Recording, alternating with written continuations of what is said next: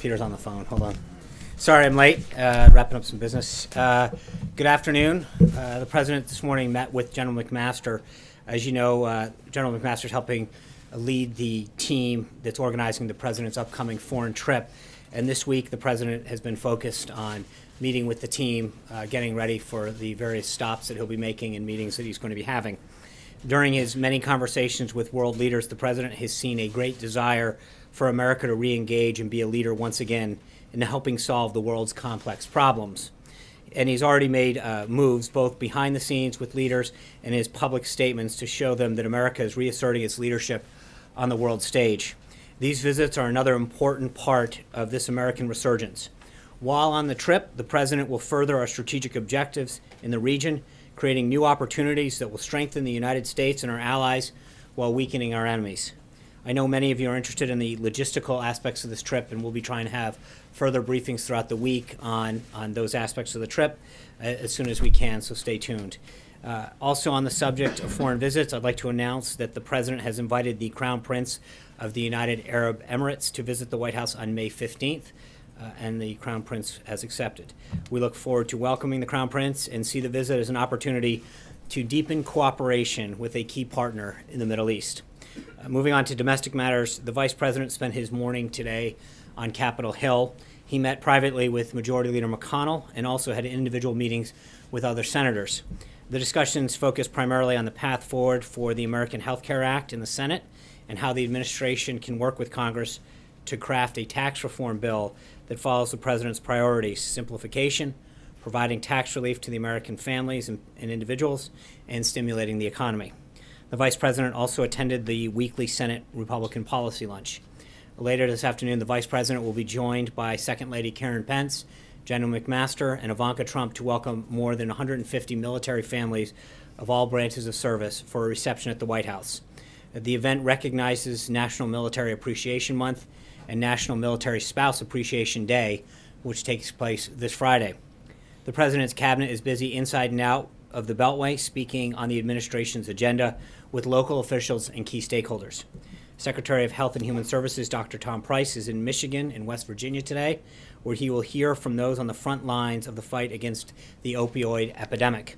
Also today, the Justice Department announced that Attorney General will be speaking on opioids on Thursday at a Drug Enforcement Administration 360 Heroin and Opioid Response Summit in Charleston, South Carolina. The DEA's 360 strategy is designed to help cities and surrounding regions deal with the heroin and prescription drug abuse epidemic and the violent crime associated with it. This day-long event, sponsored by the DEA, Anti-Drug Coalitions of America, and the University of Charleston School of Pharmacy, will bring together stakeholders and professionals working in law enforcement, prevention, education, treatment, recovery, healthcare, and emergency response. In Washington, Secretary of Commerce Ross is speaking this afternoon at the 47th Conference of the Americas, which is taking place at the State Department. The event brings together administration officials, distinguished leaders from across the region to focus on major policy issues affecting the hemisphere. Also at the State Department this morning, Secretary Tillerson participated in a signing ceremony for the United States-Georgia General Security of Information Agreement with the Prime Minister of Georgia, a major milestone in security cooperation between our two countries. The President was also pleased to see several top administration officials recently move through the Senate. Last night, Heather Wilson was confirmed to be Secretary of the Air Force, and Governor Branstad was approved by the Senate Foreign Relations Committee to be ambassador to China and is moving on for a vote on the floor of the Senate. The President also looks forward to seeing Dr. Scott Gottlieb confirmed by the full Senate to serve as Commissioner of the Food and Drug Administration later today. Finally, with regard to the Paris Climate Agreement, the President has been meeting with his team for quite a while on this matter, and he will not be making an announcement regarding that agreement until after he returns from the G7.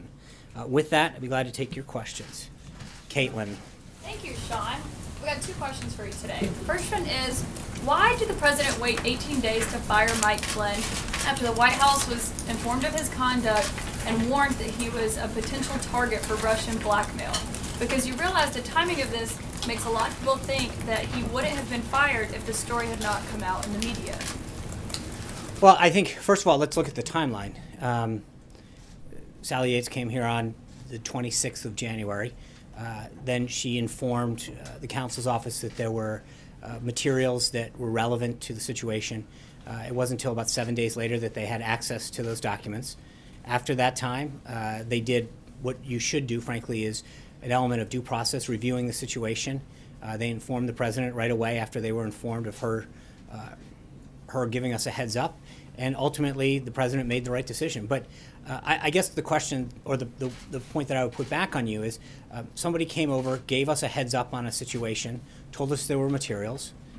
We were provided those materials 7 days later, reviewed those materials, underwent a process of reviewing the situation, and ultimately the president made a decision, and it was the right one. So I think that the process worked, frankly, when you think of the time in which we had the information to make the decision that the president made.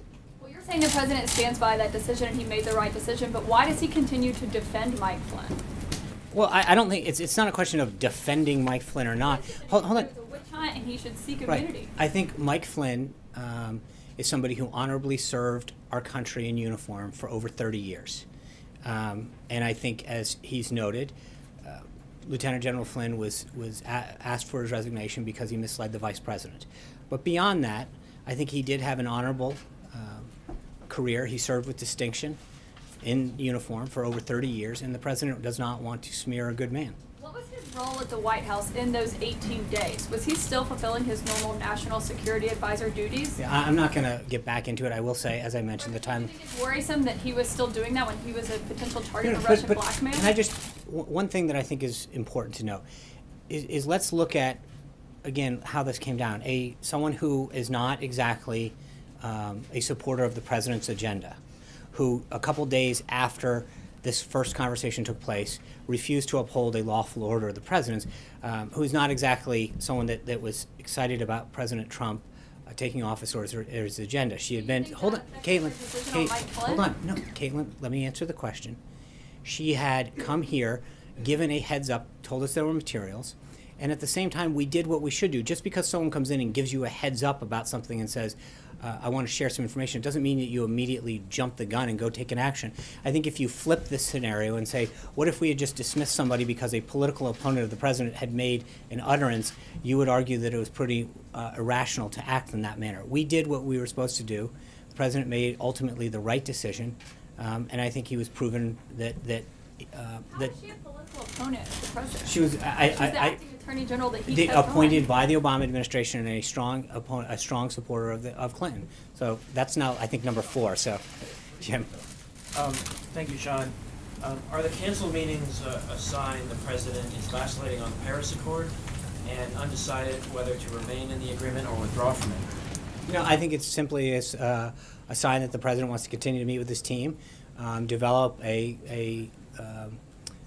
meet with not just the economic piece, but his environmental team, and come to a decision on what's the best interest of the United States using the expertise that surrounds him.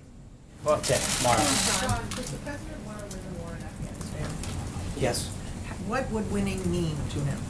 I think reducing the threat, especially when it comes to ISIS and the Taliban. Reducing the threat. Well, I mean, minimizing, eliminating, but obviously, in the best case scenario, we want Major. I'm going to answer Mara's question. I think the answer is that we want to eliminate the threats that are against our national security and pose a threat to our citizens, our allies. So we need to fully eliminate any threat around the globe, frankly, not just in Afghanistan, that poses a threat to our people and our allies. I just have a question as he considers what to do next and if he wants to commit more troops. At one point, we had 100,000 troops there and we didn't eliminate the threat. Why would 15,000 do the trick if 100,000 did before? Well, I think that's a very Washington question, meaning just because you spend more, throw more people, doesn't mean you're doing it in the most effective way. I think one of the things that he has asked his national security team to do is to actually rethink the strategy. What are we doing to achieve the goals that you were asking about? How do we actually, how do we win? How do we eliminate the threat? And I think doing that isn't just a question of throwing money or people, but looking at the mission and the strategy, and that's what the team has been doing holistically, not just in Afghanistan, but the total beyond Afghanistan. It's also the way that he's asking them to look at the threat that ISIS poses. Will he explain this to the American people, or will be this something We'll coming out of the see. Pentagon? I mean, I don't want to get in front of. I don't know how he's going to do that. but we'll wait and see and go from there. John? Thanks a lot, Sean. A question about the president's policy concerning Syria. This morning we learned from the Pentagon that the president has approved a plan to directly arm Syrian Kurds against ISIS. Has the president discussed this plan with the leader of Turkey, and what was the reaction from Turkey? I don't know if he's addressed this to the president yet. I do know that yesterday the president authorized the Department of Defense to equip Kurdish elements of the Syrian Democratic Forces as necessary to ensure a clear victory over ISIS in Raqqa, Syria. The SDF, partnered with enabling support from U.S. and coalition forces, are the only force on the ground that successfully seize Raqqa in the near future. We're keenly aware of the security concerns of our coalition partners in Turkey. We want to reassure the people and the government of Turkey that the U.S. is committed to preventing additional security risks and protecting our NATO ally. The U.S. continues to prioritize support for Arab elements of the SDF. Raqqa and all liberated territories should return to the governance of local Syrian Arabs. The fight for Raqqa will be long and difficult, but ultimately yet another defeat for ISIS and another step towards eliminating the ISIS threat that threatens peace and security in the region and the world. The Secretary of State is meeting today with his counterpart from Russia today, the Foreign Minister of Russia, Sergei Lavrov. Mm-hmm. Are you expecting any deliverables from that particular meeting? I think we'll have a readout when that's done. Olivia. Thanks, Sean. I got two for you. First, do you expect the Afghan review and the ISIS review to be done by the time the president heads to Saudi Arabia? I don't want to. That's a question that I'm going to leave up to the national security team. I'm not going to. The president's not putting a deadline on that. We're making sure that this is obviously what we announced today is part of that. It is not entirely it, and we will have more as we go forward. I just don't want to pin down a timeline on that. One more. In this briefing, you've talked about the president's desire to, quote, fully eliminate any threat around the globe to U.S. interests. You've talked about the United States wanting to re-engage and be a leader once again and reasserting its leadership on the world stage. Some of the president's supporters are going to hear in those comments maybe a bad omen about the president changing his mind and becoming more interventionist. Not saying he wasn't going to be interventionist because he talked about ISIS a fair amount, but what would you tell them about, is he going to embark now on nation building? Is he going to deepen American involvement in conflicts in Syria and Afghanistan and elsewhere? No, I appreciate that. I think that his priorities remain the same, but he's going to do what he can to make sure that he protects the country and our people and threats that directly affect the United States. Brian. Thank you. Just following up, and correct me if I'm wrong, I know you will, but the day after it was announced that he was under investigation, Flynn, he met with, if I'm correct, with Pence and the Russians on a phone call. So while he's under investigation, why is he being allowed to participate as a national I really security don't recall the schedule from that day, Brian's up. But the point is, again, I think this is, look, I answered the question a moment ago, but I think as I went through the timeline, Sally Yates came over here, gave us a heads up, provided us the opportunity, made it very clear that materials were available for the council to review. But and we followed that process. And within 11 days after that, we accepted General Flynn's resignation that the president had asked for. But the point being, while he's under investigation, I understand, but what is look, he? we're not going to relitigate the past on this. I think we've been very clear as to what happened and why it happened. I think the president made the right decision, and we've moved on. Like. Can you confirm that the meeting today between Ivanka Trump and Mr. Pruitt was canceled, and if so, why? I don't know. I'd be glad to get back to you on that. I'm not sure.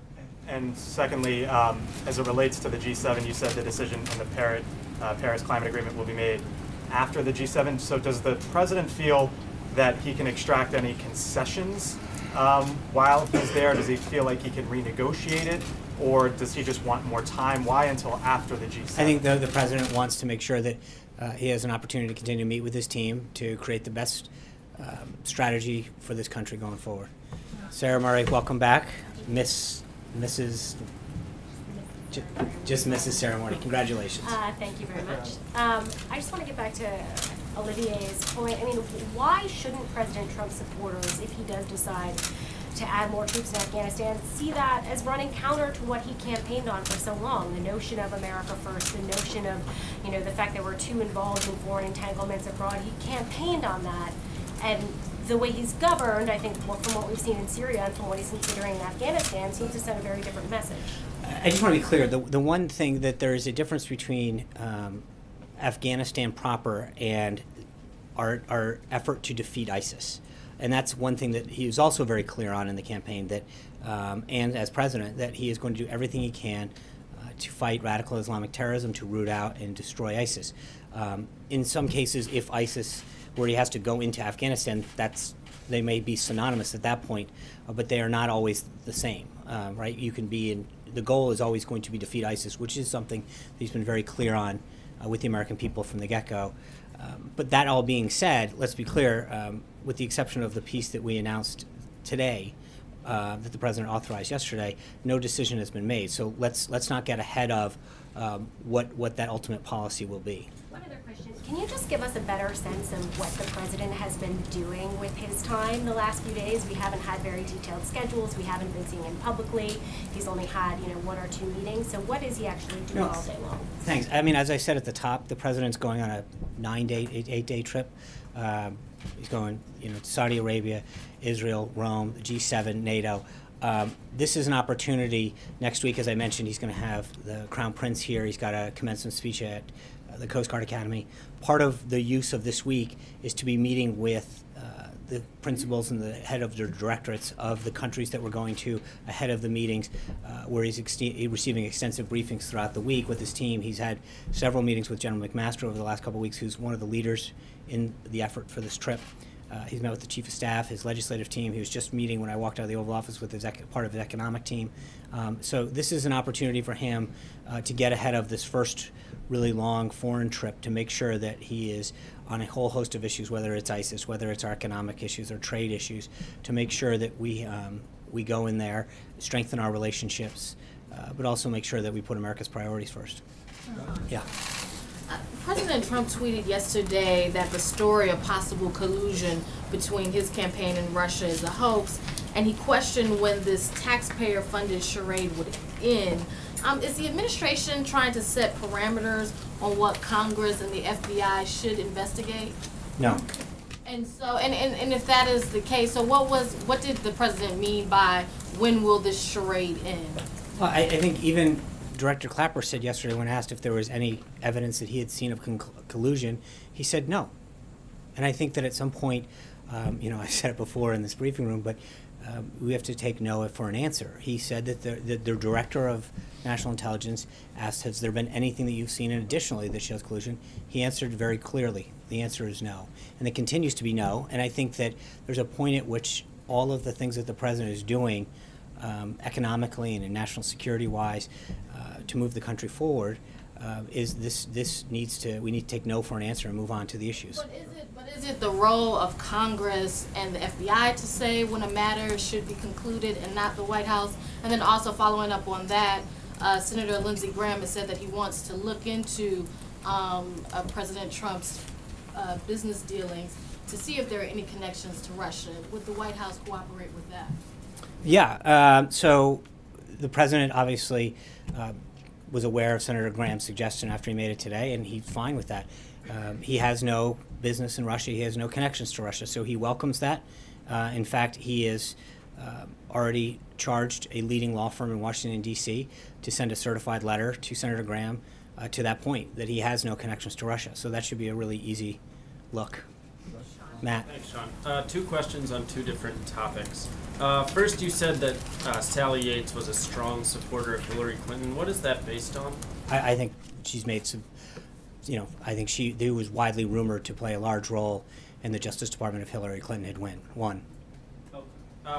So on a different topic, I have a question about that fired usher, Angela Reed. Mm-hmm. It was reported that she received a generous severance package. I'm wondering, how do you give a substantial severance package to a government employee? I don't know. I'd be glad to get back to you on that. Anita. Yesterday we learned that, or Sally Yates had said that she learned of the first immigration order, the travel ban, by reading the newspaper. And I'm wondering why the acting attorney general wasn't privy to that. Was that because she was a Obama appointee, Clinton supporter? Why was the acting attorney general not notified? She had just met that same day that it was signed with Don McCain. So he could have mentioned as well. I don't I don't know why she wasn't. Again, I think if we want to relitigate the first executive order at the time, we talked about all of the proper individuals that needed to be made aware of, were made aware of at the time. Is it not unusual that the I don't. Attorney General? Again, I think I also, just to be clear, again, remember, this is someone who ultimately didn't even want to enforce it. So to prove, I mean, to suggest that somehow. Oh, she wanted to enforce it until she knew I it. understand that, but I think ultimately we were proven right about who needed to be in the loop on that, because she ultimately chose to disregard the president's lawful order. It was on purpose, though, is what No, you're I saying. didn't say that. Please don't. I did not say that. What I'm saying is that we discussed at the time of the executive order being signed back in January the process by which that was followed. The appropriate people then were in the loop on that. Sarah.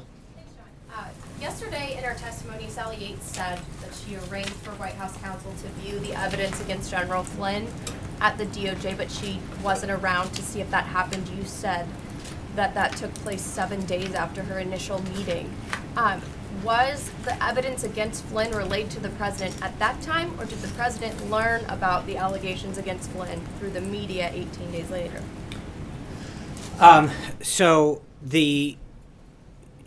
following the meeting, the White House counsel immediately informed the president and senior White House personnel when she first came here. Late on Friday, the 27th, Yates and the White House counsel met again to discuss certain issues that she had left unclear at the time. And then the president, as you know, fired her on the 30th of January after she refused to enforce the president's legal executive order, contrary to the advice of career DOJ officials at the time, who had told her that this was legal. She overrode them, didn't do this. The White House didn't get access to that underlying evidence described by Ms. Yates until Thursday, February 2nd, which is a week after Ms. Yates first met with the White House counsel. And then that's when I think the full sort of review began, once they had access to that information. Was the president informed at that time? or did I the know he was review informed at begin? the front end of what she had told him, and the council had informed them that they were going to then seek the information that she said was available to them. Hallie. Two different topics for you. I want to follow up on what a couple of folks have already mentioned here. You've described in this briefing what Sally Yates did as a heads up with Don McGahn. She has testified she came to the White House twice in person to meet with Don McGahn on the 26th and the 27th to do more, she says, than simply offer to provide material. She says she encouraged the White House to act and expressed real concern about Mike Flynn being compromised by the Russians. On the 28th, Saturday, Mike Flynn sat in on that Oval Office phone call with President Putin. Was that the right call? Again, I think what you have is somebody who was an Obama appointee coming in and saying, "I'm giving." I get it, but at that moment, sure, you have someone who you have to wonder why they're telling you something, to the point where they had to come back a second time because what they were saying was unclear. So let me follow up on that, because and before I get to the second topic, you said it was widely rumored that she wanted to be a part of the Clinton White House potentially. And so that makes you negate her coming to No, the... I'm not. I guess my point is that somebody who clearly showed by the fact that career DOJ attorneys told her that the president's lawful order, that she should sign the president's lawful order, and then chose not to do it, was clear. I get it, but that vindicates the president's point that this was not somebody who was looking out. I guess. I think my point is that we were correct in the assumptions that we made at the time. Trey. Yeah, my second topic for you, though, is just on healthcare. Yeah. Is the White House asking Senate leadership to put more women on the working group? I'm not aware of that. Trey. White House like to see that? I think the more voices that we can put on a panel to help get this done, the better. So to the extent I'm not going to tell Leader McConnell, or the White House is not going to tell him how to conduct a panel, but at the same time, I think that any voices that can be constructive in getting a more patient-centric healthcare system put together, would be welcome. But that's not our call to make. Trey. Thanks, Sean. There's been a number of conversations in Washington this week about the relationship between H.R. McMaster and the president. How does President Trump characterize his relationship with his national security advisor? Excellent. Another follow-up question Yeah. very quickly on Flynn. You've spoken from the podium before about the president asking Michael Flynn to resign as a result of him misleading the vice president. We've learned a lot about Michael Flynn this week and potential investigations, and we know actual investigations into his actions before coming here to the White House. Was this at all considered in the president's decision to ask him to resign? I think you can only, you can only accept someone's resignation once. So he asked for it, he got it, and so to go back and relitigate isn't really something that makes a ton of sense. He got it, he asked for it, he got it the first time. I don't think you go back and continue to say, would I have asked for it here, here, and here? He did what he did the first time, he was right, and he got it. Amen. Thanks, Sean. Can you just be clear on the 18 days? Did the White House put any security restrictions on Mike Flynn at all during that period of time? Was he limited in terms of his access to classified information, national secrets, or decision-making in any way? I'm not aware of any. Was that a mistake in retrospect? I can't, it doesn't, the decision that we made was the right one. The president made a decision, he stands by it. Jenna. So I just want to go over the timeline again. You have Yates coming to the White House on January 26th and the 27th. You then have McGahn going to the DOJ on February 2nd to see those documents. But it's not until February 13th that Flynn actually resigns.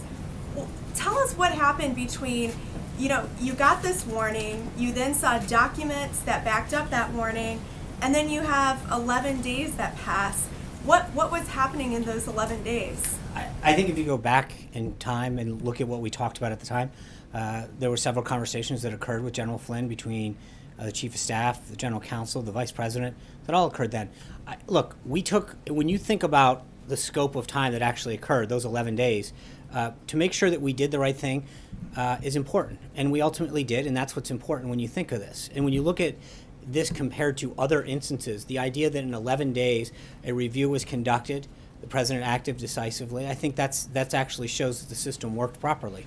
John. Are you guys disputing at all how Yates describes those conversations on the 26th and 27th? She's saying that she came here with great urgency, that she made clear that he had been compromised, that she had evidence that he had been compromised, that this was something that she felt like the White House was going to take action on? Well, look, I'm not going to, I don't think that there's 100% agreement about how she describes everything. But I think generally, as far as the timeline goes, we're fine with it. But I'm not going to nitpick the fact that her, what her tone was like. I would suggest that the reason that she was asked to come back the second day was because it clearly wasn't that clear on the first day. So I think logic dictates you don't ask someone to come back and explain themselves a second time if they have done an effective job the first time. But again, I'm not going to get into needling every little point about what happened. John. Thank you, Sean. I have two questions on Of course. diverse areas. First, a citizens group known as United Against a Nuclear Iran released a list of 16 American companies a few days ago, among them Volvo, Honeywell, and Schlumberger, all of which are cutting back on jobs employing Americans, but all of which expressed a desire to do business in Iran under the terms of the deal that was made with Tehran. My question is this: what is the administration's response to businesses who say they want to do business in Iran under a deal the president described as the worst ever? I think that speaks for itself. I mean, the president's very clear on what he thinks of the Iran deal, and companies need to abide by the law. All right. My other question is this. 2 weeks ago, Monday, when the president met with some of us, he said, and it was on the record, he would have an answer on the administration's policy toward the International Monetary Fund in a few days. It's been 2 weeks. Can we expect any time an announcement on what the administration will do regarding the IMF? I would be glad to follow up on that one and get back to you. Dave. Sean, the governor of Texas on Sunday signed a law that essentially outlaws sanctuary cities in the state of Texas. Do you view this as a positive step, and would you encourage other states to do the same? Obviously it's a positive step. I think it shows that, as we've discussed here, both from an economic and a security standpoint, that makes sense for the citizens of our country. Each governor, each mayor is going to have to make their own decisions, but I think the president's position is very clear when it comes to sanctuary cities and how we're going to try to address them going forward. Because it's not just an economic issue, it's not just a jobs issue, but it's a security issue for our country. And so I think ultimately every elected official from the local level all the way up to president needs to feel comfortable with the laws that they're passing to make sure that they're protecting the people. I mean, ultimately, that's what every government first and foremost responsibility is to its people. What does this mean for the administration's position that these sanctuary cities should not be existing nationally? Will you still take action that denies funding to cities nationwide? Well, again, I think it's a positive sign. I hope more follow the governor's lead. But we're going to do exactly what the president said and follow through on the executive orders he's made. Major. So, Sean, you mentioned Director Clapper's testimony yesterday. Said no evidence of collusion. But then he was also asked if he was aware of the FBI counterintelligence investigation. He said he was not. And therefore, he left the impression before the panel he could not give a definitive answer about the question of collusion. Do you accept that as a valid representation of his knowledge and the fact that this remains an open question?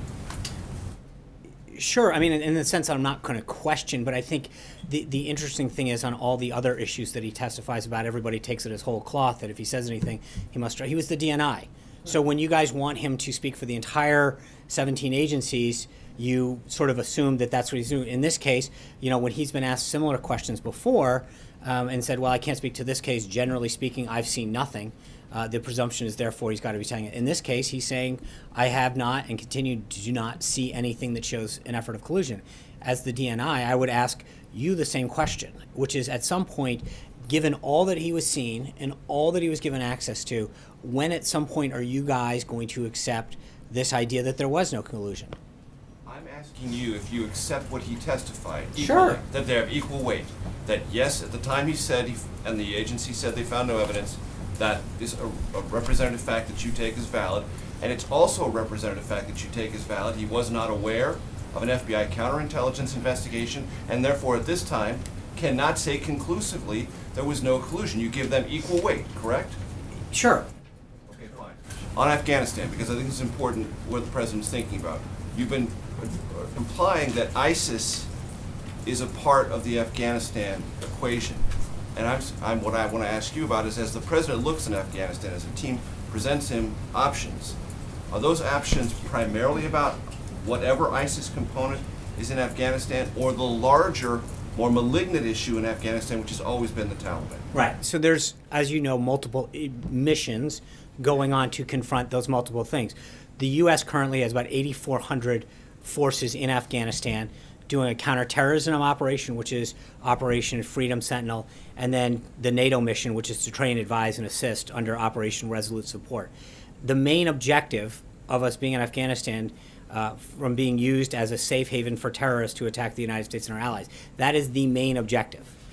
We remain very focused on the defeat of Al-Qaeda, its associates, as well as the defeat of ISIS-K, which is the ISIS affiliate there in Afghanistan. But that is simply put what the mission is going forward. And when you suggest that it's a Washington question to ask if 15,000 can do a better job than 100,000, are you suggesting that the ideas the president is being presented with are so original and out of the box that 15,000 troops can achieve what 100,000 deployed very shortly after 9/11 could not achieve? No, I'm just suggesting that I think fully refining the mission, what we're seeking to achieve, and that goes back to what Maura was saying. What is the exact objective? How far away are we doing it? What's the time level that we have to have? Can we grow the Afghan force? Is there there are several things that go into a strategy. And I think the idea of just saying, can we throw X number at it, is not the way that the president's looking at these options. He's trying to figure out, walk back from a goal of defeat, of eliminating this threat, and then tell me how we get there, as opposed to tell me how many troops we need and then what you're going to do with them. I think that there has been in the past, some instances of just figuring, okay, if we add more troops, that'll help solve the problem. The president's asking to re-look at the entire strategy, and then figure out what the footprint is in a variety of ways to get there. That is a different look at what the strategy is versus what it had been. And one last thing, you suggested that when Sally Yates refused to enforce the executive order, that vindicated the assumption you had that she might not have been a purely well-motivated government servant bringing over this evidence about Michael Flynn. On the other side of that, after Don McGahn looked at the evidence on February 2nd, was in fact Sally Yates' warning vindicated?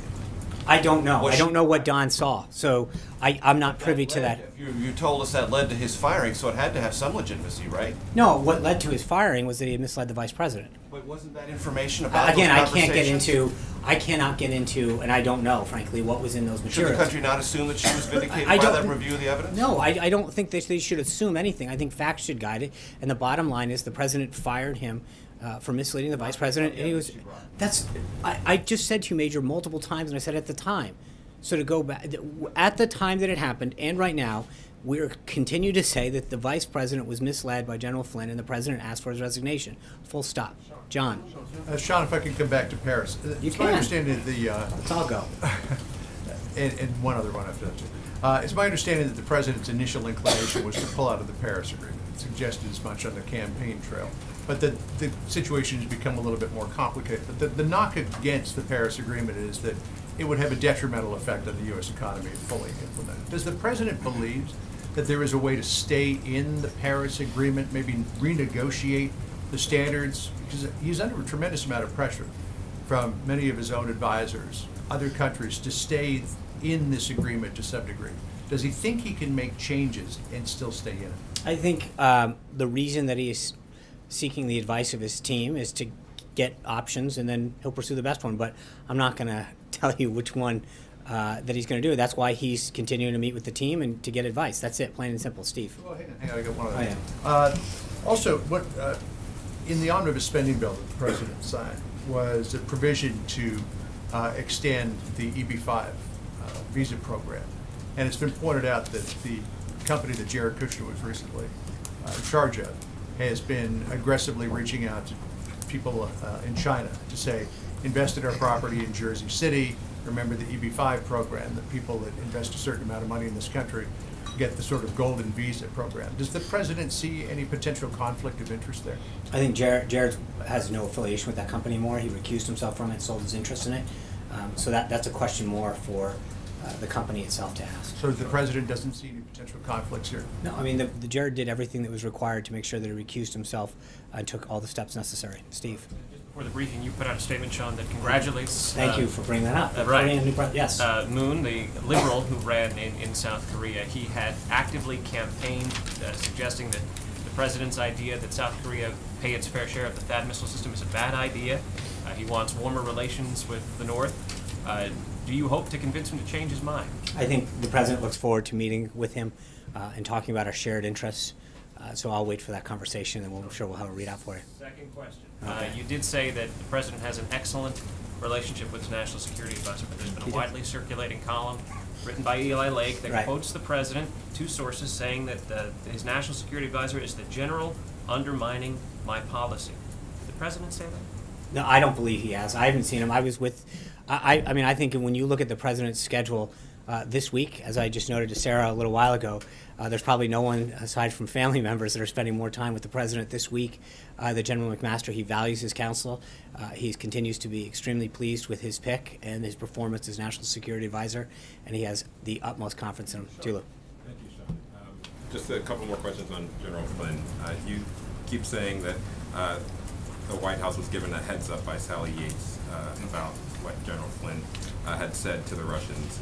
She described it differently, saying that she told the White House that General Flynn had been compromised by the Russians and was subject to blackmail by the Russians. Is that the position of the White House now, after seeing all the same evidence that Sally Yates saw, that General Flynn was compromised and potentially blackmailed by the Russians? I think, look, we've commented on this. We made a decision based on actions that he took. The president asked for and accepted his resignation. We're not looking to relitigate this. Don't the American people deserve to know whether or not they're They need to know that the president took decisive action in this country's best interest. And back to Steve's question, made an excellent choice for National Security Advisor. by a foreign actor. I don't know that you'll know. I mean, that's up for To that conclusion. somehow. She didn't. I think that's. I don't know that that's for her to come to that conclusion without any investigatory method. Seems a little premature, don't you? I mean, to say that. Hold on, no. But what I'm saying is, Did the White House investigate whether or not their national all I'm security gonna, advisor as had I've been said compromised by multiple the times, Russians? we looked into the situation. The president made a decision, and it was the right decision. Jonathan. Sean, a follow-up on that, but first I wanted to ask you about FBI Director James Comey's testimony. before the Senate, which now apparently it looks like the FBI director gave inaccurate testimony to the Senate. Is the White House concerned that he greatly exaggerated or misstated what kind of contact Huma Abedin had in terms of her emails and sending them to Anthony Weiner? I have not asked the president or the staff about that, but I mean, I think there's the one issue is I don't think there's any question by any account that that there was classified information inappropriately shared on an unclassified system to an uncleared person. I mean, that's, to me, I think what continues to be the takeaway. But is the White House concerned that the FBI director apparently gave inaccurate testimony? I don't, at this point, I have not asked, and I'm not fully aware of the, I mean, I'm aware of the testimony that occurred and the inquiries, but I've yet to follow up on that, and I'd be glad to follow up.